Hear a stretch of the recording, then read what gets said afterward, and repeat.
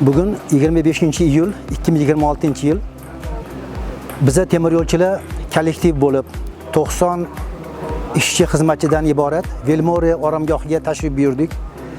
Maqsad bu yerga kelib dam olganimda oilam bilan shu joylarning so'limligi, tabiatda uyg'unligi, kislorodga to'yimliligi menga juda ham yorqin iz qoldirgan edi. Men albatta niyat qilgan edim. Ishxonam meni ikkinchi oilam. Albatta ishchi xizmatchilarni olib kelamiz. Shu yerda bir madaniy xorda chiqarishadi. Eko turizmni rivojlantirish maqsadida ishchi xizmatchilariga ozgina e'tibor qaratish maqsadida bugun tashrif buyurdik. Tabiatni qarang, ikki tomoni tog', atrofda katta daraxtlarimiz, archalarimiz, faqat kislorod olasan. Korxonada mehnat qilayotgan ishchiga nima kerak? Faqat kislorod kerak, yaxshi hordiq kerak.